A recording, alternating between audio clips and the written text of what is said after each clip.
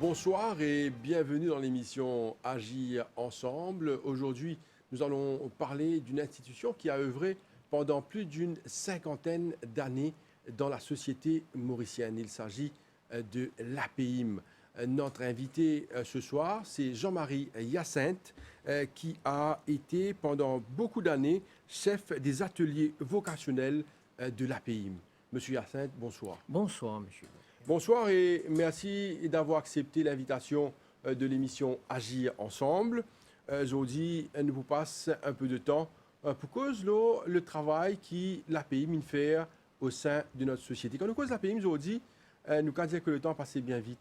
C'est 50 ans déjà d'existence. Mais avant de parler de l'APIM, certainement, nous vous causons un peu l'eau en tant que travailleur social, en tant que bénévole, en tant que professionnel dans le domaine de ça l'organisme-là, de ça l'organisation-là. Alors, nous avons envie de connaître qui est Jean-Marie Hyacinthe. Peut-être dis-nous que tu habites. C'est un fait important, vous pensez, aux bandes mauriciens, vous pensez, ou connu déjà dans ce domaine, et qui bandes mauriciens du pays connu.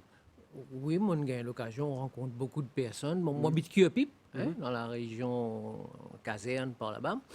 Et comment on dit, le travail, il professionnalise petit à petit. D'abord, ce qu'il faut dire, c'est qu'il ne faut pas rentrer comme un professionnel. Ça n'a pas existé à l'époque. Bon, mais nous professionnalisons petit à petit, mais ça a duré quand même des années. Comment vous faites dire, comme vous venez de le dire, ça a duré quand même 45 ans depuis que la PMI met en place. Alors, vous fait pas mal d'années dans l'institution. Quand on cause la PMI, aujourd'hui, c'est l'institution. Comment ça a été cette évolution? Disons que à l'époque, moi j'ai 19 ans, j'ai fait quitte collège, moi j'ai collège John Kennedy. Oui. Alors donc, c'est à l'époque là, les années 76, 75, 76. Bon, mais tu peux fréquenter un groupe de jeunes, un groupe partage, un groupe discussion. Alors là, il y a une dame qui dit à moi, tu connais Jean-Marie, et une madame, Perrault, une jeune pour former, pour travailler avec un jeune handicapé mental. Est-ce que ça peut intéresser pour le guetter? Bon, comme ça, je suis allé voir, sans savoir à quoi m'attendre, et je suis resté. Voilà. Alors, à l'âge de 19 ans, vous faites quitter l'école, et là, vous avez fait une expérience dans une école pour aller travailler avec handicapés. Comment ça a été? C'était comment pour vous? C'est une découverte? Oui, c'était une découverte, mais je ne sais pas du tout. Donc, dans ma famille, pas mes enfants avec mes jeunes handicapés mentaux, c'était un premier contact moi-même. Mais seulement, ce qui m'a besoin de dire, que ce qui m'a fait rester, ce qui me fait moi rester, c'est que je sentais qu'il y avait des choses à faire et qui m'ont capable et qui pour moi personnellement beaucoup les temps implique moi là-dedans en termes de développement personnel, en termes de connaissances et c'est surtout ça qui me fait moi rester. À l'époque où tu as 19 ans, après aujourd'hui nous trouvons que l'APIM peut faire de ce 50 ans, après de nombreuses années qui on reste là-bas, si vous aviez un choix à faire, est-ce que vous faites le même choix, c'est-à-dire passer tout ce temps, passer toutes ces années à l'APIM? Oui, certainement. Peut-être en le faisant différemment, dans ce sens qu'il y a certaines erreurs qui nous fait, qui nous pour corriger, nous pour aborder certaines choses, certaines questions autrement, avec une autre manière. Mais certainement, je le dis 100 fois, oui. En termes d'expérience? En termes d'expérience. Et vous savez, ce qu'il faut dire, c'est que quand je suis arrivé au début, il n'y avait pas grand-chose. Vous savez, l'APIM a été créée en 70. C'est à l'époque-là, pas de Maurice, pour ces enfants-là. Ils étaient dans la case, comme ça même, n'ont rien à faire. Alors, c'est une dame, la première présidente, la fondatrice d'ailleurs, qui s'appelait Madame Nancy Piat. Alors, il trouvait qu'écoutez, nous avons des enfants comme ça, nous pas qu'à rester comme ça. D'abord, ce qu'ils ont fait, un groupe qui les connaît autour de lui qui est là, ils ont fait une enquête, elle était région par la case, elle était dans d'autres régions, un peu partout, combien il y en a comme ça. Et c'est là qu'ils ont regroupé en association. Et Jean-Marie Hyacinthe, ou même on participe certainement à cette évolution, à cette installation. Au départ, non, moi, pas encore venu. Moi, je venu en Oui. 76, mais là, Oui. moi, je suis en 70. Là. 70. Alors, en Non. 70, je Oui. suis enregistré les autres Oui. comme association. Oui. Et du moment que je suis enregistré les autres, donc auprès du régisseur, hein, Oui, oui. auprès des autorités, et là, je gagne les moyens pour se faire connaître, pour aller plus loin. Et moi, mon vini en 76, et là, moi, mon vini, il y a une quantité d'enfants qui commencent à grandir. Et là, l'association peut réfléchir, peut dire, bon, ben, quand nous dépassons 15 ans, 16 ans, 17 ans, mais nous pas qu'à faire pareil comme à l'école. Alors, qu'est-ce qu'on va faire? Quoi mettre en place pour les jeunes adultes ben, qui peut dépasser même l'adolescence? Quoi faire? Comment faire? Et c'est là que bon, ben, l'API m'a employé pour ça, pour développer une formation pour les plus grands, les plus âgés. Alors, l'APIM emploie you, et là, comment ça se passe? Ou même vous pensez bénéficier de formation. Oui. Alors, comment ça finit de passer la formation? Ben, l'APIM, depuis sa création, ligne toujours prend contact avec une institution étrangère. D'abord à travers l'ambassade de France.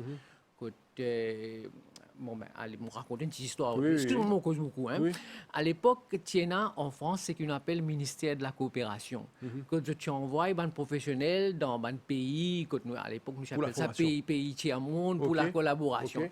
Alors, donc, à travers l'ambassade de France, la pays, il bénéficiait d'un éducateur spécialisé, d'un médecin spécialisé qui comprend bien les enfants qui ont une déficience intellectuelle et pour essayer de mettre ça en place. Et puis, donc, quand moi je suis arrivé, la pays me prend contact avec l'ambassade américaine. Et l'ambassade américaine, là, une fait moi gagne la bourse de contact pour travailler avec un adulte pour développer un programme pour aller voir, pour apprendre et pour apprendre théorie et pratique aussi dans mon atelier vocationnel pour les jeunes handicapés mentaux. Quand on parle de ces jeunes handicapés mentaux, Jean-Marie Hyacinthe, est-ce que pendant ces années, ça va un jeune qui finit probablement un adulte aujourd'hui, vous avez des amis ou encore fréquentent eux, ou encore en contact ça va du monde là, comment ça fait passer hein? Ça s'est passé vite certainement.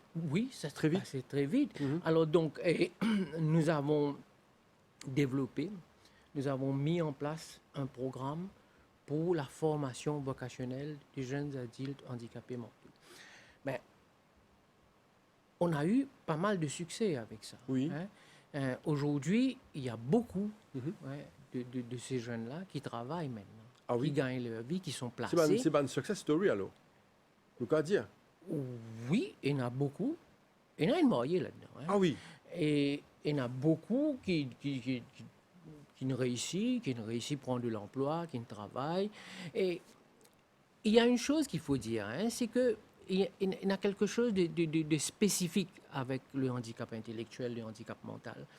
C'est que la majorité, je pas réussi, pas la cause de pas qu'on fait un travail, mais la cause de l'histoire du handicap, je développe une bonne l'habitude, une bonne attitude qui est mal adaptée au travail. Bon, moi donne-nous un de l'exemple simple. Depuis petit, je vis d'une histoire que ah, yo pas pour faire ça, toi laisse ton frère faire ça. Ok. Ou soit maman là dit dès que mettre soucier mon pressé là, il pour tarder, il pas pour qu'on mette ça. Alors pendant toute sa vie, il grandit L'indépendance. Indépendance, moi pas capable de faire, il faut les tout à la faire. Donc ben arrivé à l'âge adulte, il faut surtout travailler à faire reculer ces habitudes-là, à faire développer une attitude beaucoup plus positive face aux responsabilités, Ça face marche. aux engagements. Oui, il y a des programmes spécifiques pour ça, il y a des des modules spécifiques pour faire ça, mais ça prend du temps. Au fin d'une affaire qui est extrêmement important, où il y a des handicapés mentaux, qui ont une déficience certainement, qui finissent mariés, qui finissent la vie tout à fait normale. Est-ce qu'il y a quelqu'un en tête ou plusieurs, ou quand on donne ces histoires, parce que c'est quelque chose d'extraordinaire en fait, parce que et non, c'est l'aspect que nous pensons quand Jimoun a un handicap qui, sur la vie, arrête là. Qui, Ah. euh, Non, comment on trouve ça où? non, non, mais attends, pour donner dès l'exemple. Mhm, Un qui a le travail, un qui n'est pas allé. Parce que, attends, pas tout qui est allé. mhm. Il dépend le handicap. Oui. Et il y en a qui plus atteint qui sont camarades. C'est une question de degré, ça. Alors, donc, bon, moi, pour raconter un exemple, c'est un scientifique qui, je pense, là, comme ça. Il travaille dans une chaîne de magasins. Mon cas, dire son nom, chaîne de Oui, magasins, là, vas-y. bon, c'est Winners. Oui. Winners, il emploie beaucoup. Non, mais nous saluer d'ailleurs l'entreprise qui fait ça type d'embauche. Ouais. C'est donc, intéressant. c'était à terre rouge. C'est à terre rouge. Alors, donc, quand nous faisons placement, bon, ben, nous faisons les contacts d'abord avec le manager, et puis pendant quelques temps, nous faisons le suivi. Comment ça peut passer dans ce milieu de travail. C'était une fille, hein, une jeune femme. Alors, bon, ben, nous prenons rendez-vous avec le manager, malgré lui. Alors, montrez-moi les dans réunion, il est assisé avec un petit banc, il peut prendre un biscuit, il peut mettre dans une boîte, il peut mettre dans réunion. Je dis bonjour, je dis moi aïe, moi content, moi monsieur Jean, mais j'ai dit qui te peut faire là. Il dit là, moi peux mettre biscuit dans réunion. Après là, moi fini, moi pour aller dans le store, moi prendre un chocolat, moi pour mettre l'autre côté là-bas. Mais rien que ça. C'est beaucoup. Il peut assiser, il prend biscuit, il peut mettre dans réunion, là il finit. Les poils sèches. Mais les poils sèches chocolat, nous dans le travail là, nous connaissons qui implication est là-dedans. Il n'est pas pour quitter sa boîte là. Il pour prendre sa boîte en autre, il pour aller là-bas, il pour prendre l'autre boîte, il pour venir là, il pour mettre. Et il dans Winners, il dans le magasin là. Oui. La musique peut jouer. Oui. L'atmosphère et tout. Il n'est pas pour debout de danser, c'est pas du tout ma tante peut faire commission, il quitte ce travail, on embrasse ma tante là. Non. Mais ça prend des années pour faire ça. C'est formidable, ça fait frissonner cette expérience-là, parce que c'est le regard aussi que les gens ont des fois à l'eau, bandimoun, qui a une déficience mentale. Mais écoutez, moi, je comme ça, parce que le regard, moi ici, avant de venir, je suis comme ça. Je trouve un qui n'est pas pareil comme les autres. Nous avons une tendance, nous guetter comme ça. Les gens, ils sont ce qu'ils sont. Mais maintenant, c'est à nous de leur apprendre à poser des comportements adaptés dans chaque milieu, adaptés au travail, adaptés. Ça, nous commençons par des affaires simples. Nous commençons à montrer aux autres quand on dans un bazar, ou une manière de causer, quand on rentre dans l'église, ou une manière de causer. Bien montrer aux autres, faire aux autres apprendre, différencier une situation, un setting, qui dans chaque setting, le comportement. Nous a un comportement. Alors, avec ça, bon, ben, ça, c'est un cas de réussite. Mais moi, l'autre, c'est un garçon qui, lui, malheureusement, il a un handicap lourd. Mais il passe toute sa vie ici, dans l'atelier vocationnel de la PIM. Après, bon, ben, son frère, c'est une partie, il est dans l'autre pays, il reste avec sa maman. À un certain moment, la maman aussi vient vieille, il est dans un home. Mais il est dans un home là, ici, avec sa maman. Ce qui est arrivé, c'est que le jour, il vient de l'atelier vocationnel, l'après-midi, il rentre dans le home, mais là, il donne coup de main dans la cuisine, il donne coup de main jardinier dans la cour. Mais enfin, il est débrouillé, il est adapté. Il est adapté dans sa situation, il est adapté dans son milieu. Ça aussi, c'est un success story. La manière qui, si nous avons cette évolution, peine à régression, peine à psychiatrisation, peine à... Non, il développe de manière fluide. Et ça, c'est grâce à programme de réhabilitation et de formation. Fantastique. Alors, on se retrouve dans un moment. De retour sur le plateau de l'émission Agir ensemble. Notre invité, c'est Jean-Marie Hyacinthe, qui est chef des ateliers à... Sorry, vous répondre, please, me rater. De retour sur le plateau de l'émission Agir ensemble. Notre invité, c'est Jean-Marie Hyacinthe, qui est chef des ateliers vocationnels à l'APIM. Alors, Jean-Marie Hyacinthe, vous pensez qu'il y a des affaires importantes qui ont évoqué depuis le début de cette émission, c'est l'aspect encadrement. L'encadrement, c'est une affaire tellement importante, vous pensez ou même on passe au carrière, on fait au carrière à encadrer ces personnes avec des déficiences mentales. Ma question, vous pensez, c'est le rôle de la PIM qui ne fait nous nous y allons au départ de cette émission, pendant 5 ans, fin œuvrer pour aider les autres, aider les enfants dans sa situation-là. Alors, nous avons qu'on appelle la pays, nous dit pour comprendre le fonctionnement. Eh bien, l'APIM, comment on dit tout à l'heure là, c'est que c'est un groupe fondé par un groupe de parents. Donc, c'est une regroupe et puis on fait une association de parents. Donc, c'est ça le nom, hein, c'est Association APIM, Association Parents-Enfants Inadaptés de Maurice. Alors, donc, comme on dit au début, c'est que sa parent-là, je dis, bien faire quelque chose, nous pas qu'à laisser nos enfants rester comme ça, donc je regroupe en association. Alors, j'ai commencé par faire un petit groupe de rencontres avec quelques bénévoles. Et puis, petit à petit, à travers les contacts avec les ambassades, à travers des contacts à droite, à gauche, je commence à faire l'école et puis finir à l'atelier. Alors, aujourd'hui, l'APIM gère 4 services, 4 grands services. Il y a d'abord un service d'intervention précoce. Parce qu'on sait maintenant qu'il très jeune, hein, à partir de 3 mois, 4 mois, nous sommes capables de connaître.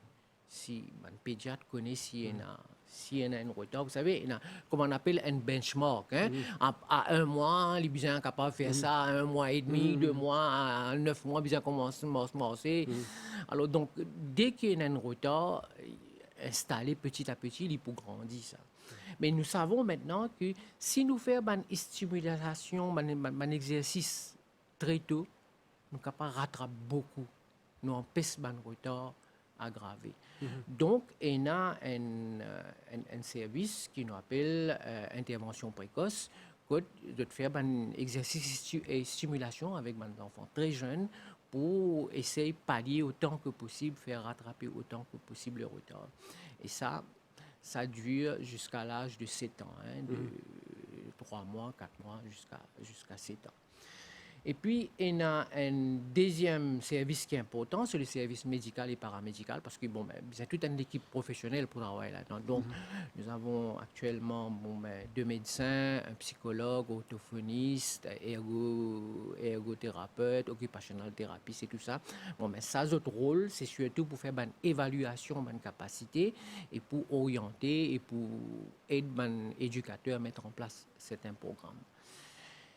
Et puis, il y a un service de visite à domicile. Vous savez, malheureusement, il y en a qui sont lourdement atteints, et presque bedridden, et qui ne sont pas capables de déplacer pour aller dans un centre, la PIM, pour gagner un service. Donc, il y a une équipe mobile qui est allée avec 2 éducatrices pour aider l'adaptation du jeune enfant dans la famille, sur place. Ouais. Mais c'est extraordinaire ce qu'ils ont fait. Alors, peut-être, si nous comprenons bien, nous connaissons à peu près combien de bénéficiaires, combien d'enfants soutenants sur place dans une institution, dans l'école. Que je ne dise pas de bêtises, mais actuellement, nous dépassons 500. Là. Nous dépassons 500, oui, 600 à peu près. Là. Mais c'est à travers l'île. Hein, parce qu'il y a un service, comment on dit, un service mobile, par exemple. Ce service visite à domicile, là, il y a un peu partout ça. Même l'intervention précoce aussi, il y a un peu partout. C'est-à-dire que je te réunis avec les parents 1 fois par semaine dans des centres sociaux à travers l'île. Oui, avant de vous poursuivre, c'est tellement important et intéressant ce que vous avez dit là. Par exemple, les gens qui suivent l'émission et qui peut-être probablement il y a une situation compliquée, il y a une pénale d'information. Si vous avez envie, par exemple, prendre conseil auprès de la PIM, peut-être des enfants qui ont une déficience. Comment faire? Est-ce qu'ils sont toujours capables à poser de la PIM? Oui, la procédure est simple, hein, parce que c'est une association de parents. Le premier point, c'est de se faire enregistrer avec l'association. D'abord, il y a le centre mère se trouve à Trianon, et donc le numéro de téléphone facile dans la nuit pour gagner, et que, en principe, les parents viennent s'enregistrer le lundi matin, à partir de 9h. Et là, je gagne un rendez-vous pour tout médecin, pour tout psychologue, pour toute l'équipe paramédicale qui peut faire une évaluation. Et après cette évaluation-là, pour faire une orientation. Qui groupe les pour aller, côté les pour aller. comment va se faire la prise en charge. Oui. Jean-Marie Hyacinthe, vous savez, nous connaissons qui dans Maurice, très souvent, il y a un sujet qui est tabou. Il y a, par exemple, des parents qui, probablement, si vous avez un enfant avec une déficience mentale, probablement, vous n'êtes pas amener les enfants là en société, vous n'êtes pas à l'aide de l'institution. Ça existe aussi. Ouais. Alors, pour ça, un parent là qui est pour dire, parce que là où on dit ça fait qui est tellement extra tout à l'heure là, quand on donne l'exemple de une déficience, mais qui peut une vie tout à fait normale aujourd'hui. Quel est le message que vous avez pour ces parents? Parce que peut-être vous regardez d'autres enfants, la case, vous donner un soin adapté, approprié. C'était une expérience qui m'a vécu personnellement, je suis encore un peu plus jeune, bien jeune à l'époque. C'est qu'à l'époque, nous tu amènes les jeunes promener un peu dans un centre commercial qui s'est fait ouvert, qui fait commence ouvert à l'époque. Mais tu es dans le groupe, moi je suis avec une éducatrice, nous tu peux amener un groupe promener. Il y a un élève qui est un petit peu en difficulté, il y a un mouvement, on appelle ça auto-stimulation, il tape, il batte, il crie. Et qu'à un certain moment, sa éducatrice avait commencé à dire, inquiète un tel son maman là-bas. Alors ce qui est arrivé, c'est que les gens nous rodelent, nous pas trouver. En fait, la maman là, il rentre dans un magasin, il espère nous passer après une sortie. Pour ces enfants pas trouver. Ben, moi, mon petit peu trop comprendre qui fait ça, qui fait une cassette pour les patrouilles aux enfants publics. Et nous, dans une formation avec quelqu'un, un docteur en psychologie qui travaille longtemps dans ce domaine-là, j'ai dit, mon papa comprend ça. Moi, j'étais un peu choqué. C'était un étranger, j'étais à l'étranger à l'époque. Il a dit, mais Jean-Marie, pourquoi tu as besoin d'être choqué? Je te connais qui dit ça? Il dit, en psychologie, on appelle ça une blessure narcissique. C'est-à-dire, est-ce que si tu as une vilaine cicatrice dans la main, tu peux le montrer, tout le monde a une cicatrice. Il dit non, c'est une blessure personnelle, ça. Donc, ce n'est pas quelque chose qu'on montre facilement. Parce que c'est une blessure interne, c'est une blessure personnelle. Mais seulement, nous, notre travail, c'est de faire comprendre à tout le monde et de montrer que petit là, il n'a pas envie de casser. Il a envie, au contraire, de montrer tout le monde qui était, tout son maman, il est content, viens, ça, maman. Et que, mais le fait d'être un peu gêné vis-à-vis du regard des autres. De la société même. Et ça, c'est normal, et pour les parents, et pour parfois les jeunes aussi. Vous-même, Jean-Marie Hyacinthe, vous avez, pendant les années, été chef des ateliers vocationnels à la PIM. Ça veut dire quoi, ça, chef des ateliers? C'est-à-dire, le programme, allons parler du programme vocationnel que j'ai découvert aux États-Unis, qu'on a travaillé, qu'on a adapté, qu'on a mis ensemble. Alors, le truc, c'est que, puisque handicapé mental, c'est une difficulté pour transposer une affaire qu'ils ont apprendre dans une autre situation. Qu'ils ont apprendre dans une situation. Ils n'ont pas comment nous faire. C'est-à-dire aller dans la classe, apprendre dans le cahier, et puis prendre ce qu'ils vont apprendre, mettre dans le milieu de travail. Ils n'ont pas qu'à faire ça. Il faut les lire concret. Donc, si je peux apprendre le travail, il faut les autres faire le travail. Là. À travers ça qu'ils peuvent apprendre. Alors, donc, c'est ça le principe. Alors, donc, en venant, ce qu'ils nous font, nous créer ce qu'on appelle une petite entreprise. Nous créons un atelier d'artisanat, nous créons un atelier de blanchisserie, nous créons un atelier de couture, artisanat, blanchisserie, et puis agriculture biologique. La PIM a été la première ONG qui gagne un certificat écossais, un certificat international agriculture biologique.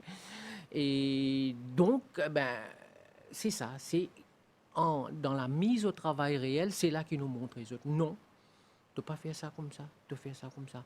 Ou soit si, par exemple, nous avons un atelier blanchisserie que nous prenons commande avec l'entreprise pour faire un overcoat, pour faire un labcoat, tout ça. Alors, donc, si garçon là, les petits filles là, il peut repasser, il peut prendre tout sur les temps, il peut passer ça, il peut repasser ça, les bras là. Nous j'ai dit, bien joli ce que tu peux faire, mais qu'est-ce qu'il pense, je t'ai pas attendre toi là. Allez, dégager, fais ça vite. C'est en situation réelle. Et c'est ça. Donc, les ateliers de la PIM, c'est ça. C'est créer une petite entreprise, chercher une activité qui pour porteur, qui pour donner une possibilité de grandir, une possibilité d'être encouragé, de se renforcer et de s'adapter. Jean-Marie Hyacinthe, on peut passer toute la journée à vous écouter parler parce que c'est quelque chose d'extraordinaire qui vous peut raconter nous. Mais malheureusement, le temps passe tellement vite, on arrive presque à la fin de notre émission. Si vous parlez-nous des objectifs maintenant de la PIM, qu'est-ce qui reste à faire? Bon, ce qui reste à faire, je pense que de plus en plus maintenant, on est en train de parler d'une situation, d'une société inclusive et de l'avenir, la mise au travail, de la participation à l'emploi pour ces jeunes handicapés. Mais je pense que il y a encore beaucoup à faire. Il y a beaucoup à faire. Et c'est encourageant maintenant quand on regarde tout ce qu'on a fait et les possibilités qui s'offrent. Parce que maintenant, c'est beaucoup plus facile maintenant. Quand on dit qu'on va placer quelqu'un pour travailler, les employeurs sont ouverts, ils sont d'accord. Mais seulement, c'est notre responsabilité. Nous bien connaissons, quand nous recommandons quelqu'un pour le travail dans tel endroit, nous, en tant que formateurs, en tant que responsables d'ONG, nous bien connaissons qu'il ne pas envoyer sa garçon-là ou sa fille-là dans une situation d'échec, qui côté lui pour aller, lui pour naviguer avant nous connaître, lui pour faire du bien et lui pour épanouir là-dedans. Jean-Marie Hyacinthe, le mot de la fin. Eh bien, moi, je vous remercie de m'avoir donné l'occasion de plaisir, parler de la c'est un PIM, plaisir. de parler de tout ça. Et que, personnellement, moi, je suis confiant. Le message à la société, est-ce que la société peut collaborer dans sa projet de la PIM là? C'est quelque chose d'extraordinaire qu'ils peuvent faire. Je pense que depuis le début, la société l'a déjà fait. La société l'a fait beaucoup selon ses moyens, en nous mettant en contact avec d'autres personnes qui ont déjà travaillé là-dessus, en nous aidant financièrement aussi. Je pense là à beaucoup d'entreprises qui ont aidé la société. Et puis, c'est que de plus en plus, je vois quand même que le regard change. Jean-Marie Hyacinthe, chef des ateliers vocationnels à la PIM, merci beaucoup. Et on va vous souhaiter bonne chance, toujours bonne chance encore dans vos entreprises. Merci. Et voilà, nous sommes arrivés à la fin de l'émission Agir ensemble pour cette semaine. Merci de nous suivre et merci pour votre attention. À très très bientôt. Au revoir.